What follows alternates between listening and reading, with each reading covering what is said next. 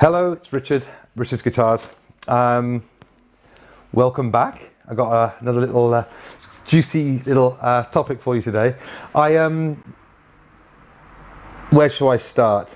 One, just going back over some of the feedback on my website.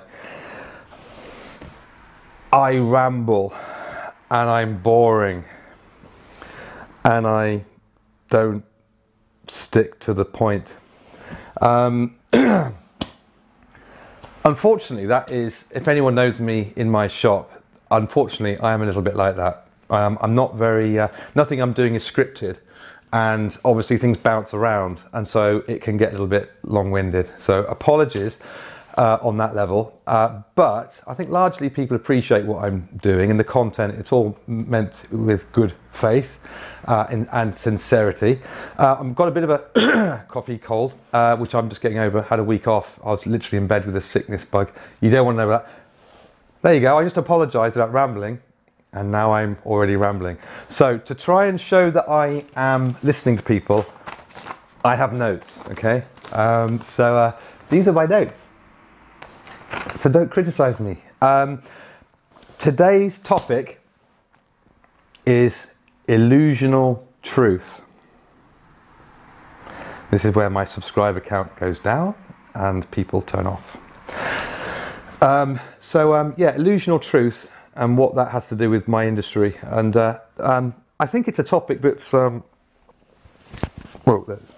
very relevant in all industries, not just the guitar industry.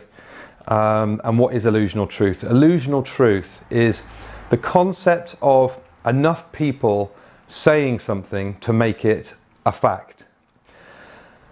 So I've got a couple of examples written down here, and one within our industry and one not in the industry, but enough to sort of give you the general concept. And then I'm going to give you a couple of examples on a practical kind of like product level. And I'm hoping it's going to be a real help. I think it's really important to say that when I talk about the industry and when I'm talking about products that aren't mine, I'm not really, everyone's got, this will be another video, your truth, my truth.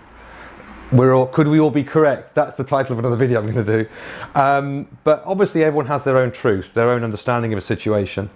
So if I say something, please don't just say, don't bring it down to, oh, he's just product bashing, or oh, he's just trying to sell his products. You know, there's a lot of depth to, you know, the thought that goes into what I sell and why. And it's slightly, obviously you may not appreciate it, but if you're about to write a comment saying, you know, it's just a product bashing video because he doesn't sell them, it really does devalue everything, all the thought that goes into it. So it's not, please just sit and watch the video, see what you make of it all. Illusional truth. I'm referring to my notes. Now I can either start with the one that will, let's just start with the killer, let's just go straight in. An example of an illusion, it will get product relevant in a second. And I'm going to take 5 seconds on this, but this is an example of illusional truth. The Twin Towers collapse. So this is where I get mocked, but I'm just going to go straight in there with a real hard-hitting one. Forgetting the rights and wrongs of it, forgetting anything you've ever been told, anything we've ever experienced. Take away all the facts and what your preconceptions are. Something did happen on that day that was remarkable, unique, you know, never to be repeated, and a number of factors were unique. But in simple terms, 3 buildings collapsed in a, you know, arguably free-fall state. 2 of which were hit by planes, a third one which wasn't. But all 3 at different times of the day collapsed in exactly the same way, in a very uniform manner. Obviously, I kind of lay my cards out a little bit on the table by talking about this, but the reality is this concept of illusional truth has a massive influence in how we all feel about that day and what happened. In other words, if you have enough people saying the same thing about a certain event. Anybody who speaks outside of that truth is, you know, effectively mocked, like you'll be doing now. You're mocking me. I can feel it. I'm being mocked. I can cope with it. Don't worry. You know, anybody that speaks out of the norm is immediately wrong and is kind of thrown into a cell somewhere. So I just want to use that as an outside one. That's an example where, you know, it's arguable there are, you know, evidence. If you take yourself away from the theme of what was said, there is plenty of evidence to support a conspiracy theory of sorts, or an alternative to what happened, which none of us will ever really know. But clearly, we all know something odd happened on that day, which the things are made murky because of the narrative that we are told. And that is a very good analogy of my industry, and obviously a lot of industries. There is a narrative that benefits. Let's talk about the health industry for a quick second. It's not on my notes. This is what happens. It's not on my notes. But this is such a perfect example, and I just don't want to throw it in there. I won't go too far off, but it's absolutely perfect. I saw a comment the other day on someone saying to a fitness guy on a video that I subscribed to, please show me some exercise for getting belly fat removed, which is what I need. You know, it kills me. I'm like, what the hell? And this guy replies to him, yeah, I can do that for you. And I'm like, oh. And there's all these thumbs up because this is a really popular YouTuber who does all these videos and he's really popular. And I'm like, and he's just feeding them basically lies, because you know this guy knows the truth. You know he knows the reality, which is you cannot do fat reduction on a localized level. It's impossible. It's a myth. And it's a myth that is propagated by people who want to sell you diet products or fitness plans or exercise routines. So it's you could describe it as an unpopular, or there's another word for it. Oh Jesus, it doesn't matter. It's just not an inconvenient truth. You can't do fat spot reduction. It's an inconvenient truth. Therefore, we propagate a more convenient truth that helps sell products. Okay, so that's a perfect example. Back to my notes. Got people looking through the window. I'm going to pretend I haven't seen them. They've gone now. Okay, here's another example. We're getting back into our industry now. Okay, I saw a video about two Gibson acoustic guitars. It's on a very popular channel. Many more subscribers than I have, and I noticed that the video had been seen nearly 400,000 times. Many people appreciated the video, and it was perceived to be a really, you know, insightful video.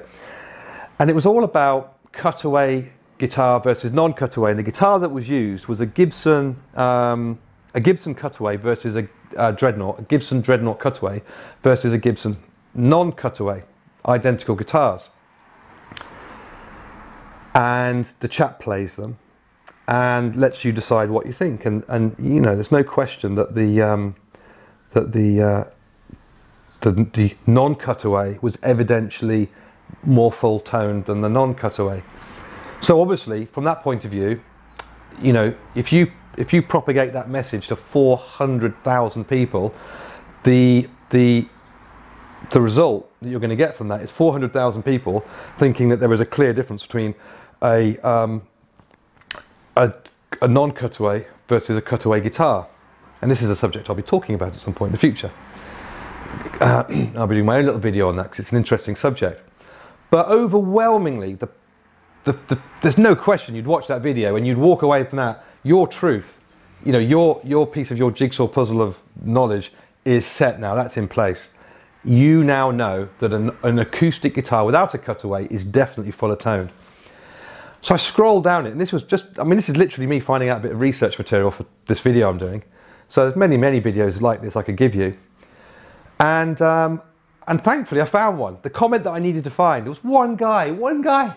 And I think he was kind of, you know, not ridiculed, but he was kind of confidently undermined in his comments, because en masse people felt that, you know, it's proven. You can't dismiss what this guy's just told us. This is proven.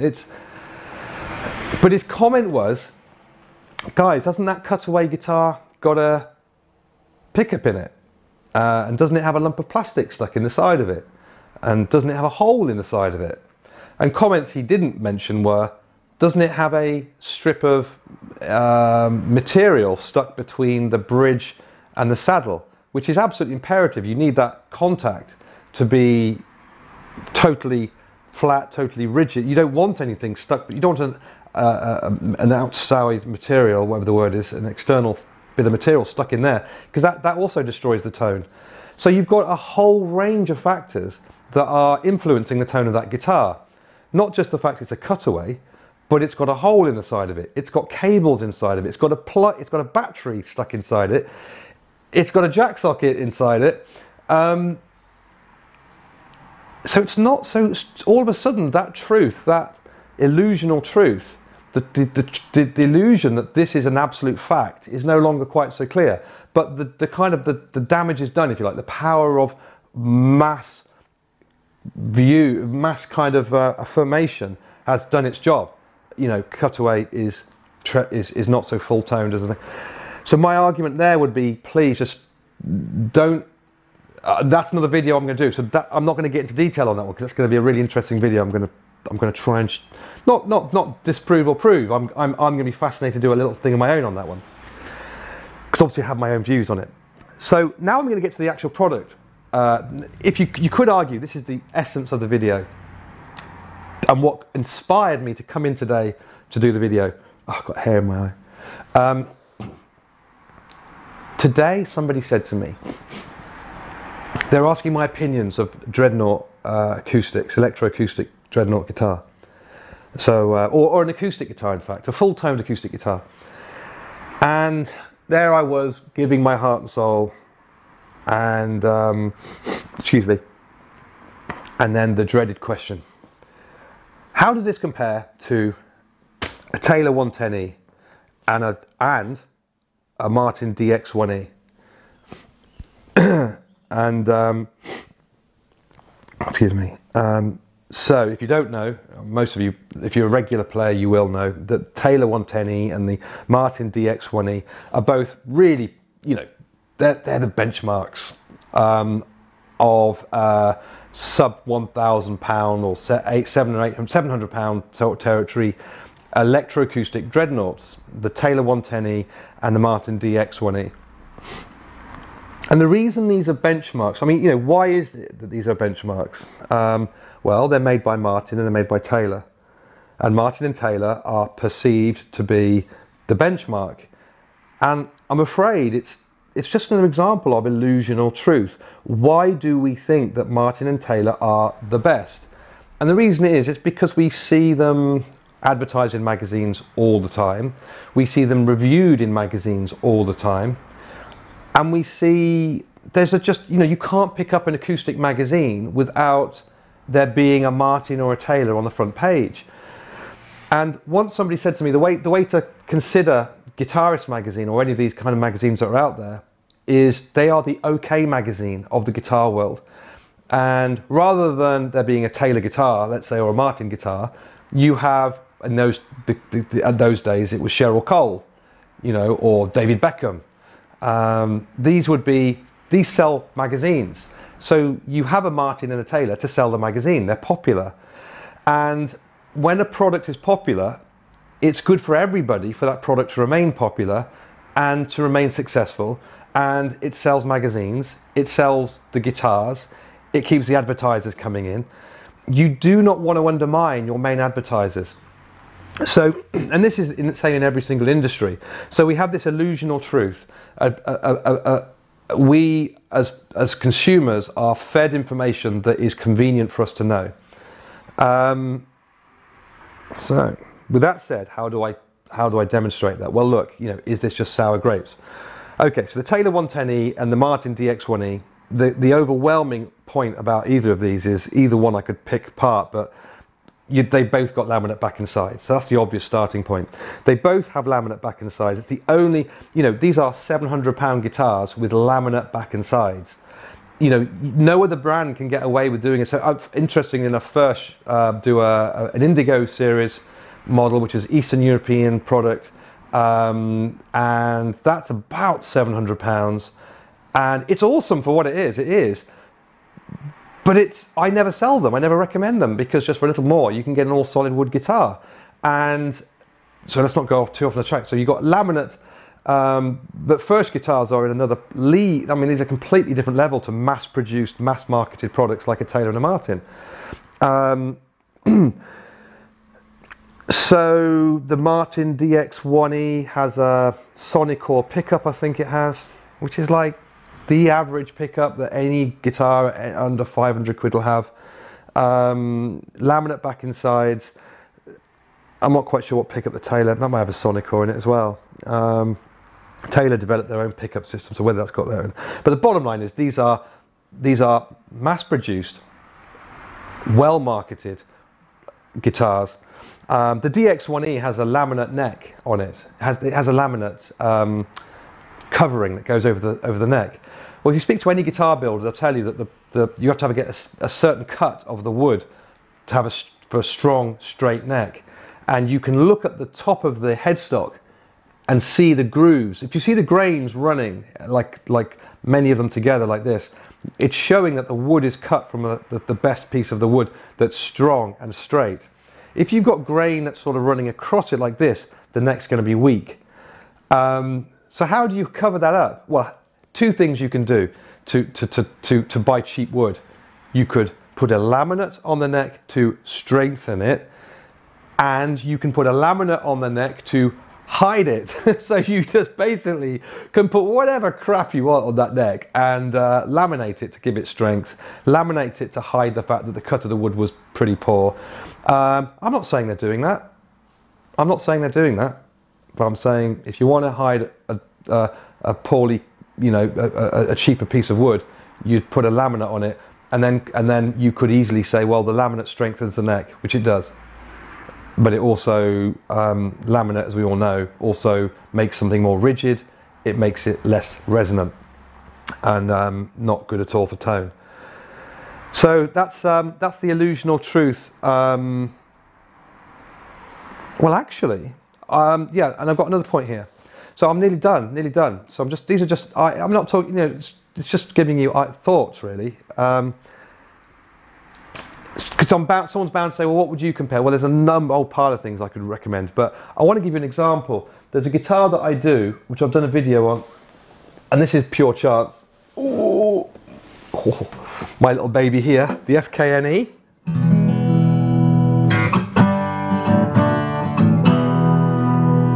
FKN-E. That FKN-E, I hope I'm still working. That FKN-E, that's £450, okay? We fit a Fishman Matrix pickup into any guitar for 150 quid. The Fishman Matrix pickup is the benchmark pickup. Even Lowden at £5,000 or whatever you want to spend on a Lowden, they fit the Fishman Matrix pickup into their guitars. It's a beautiful pickup.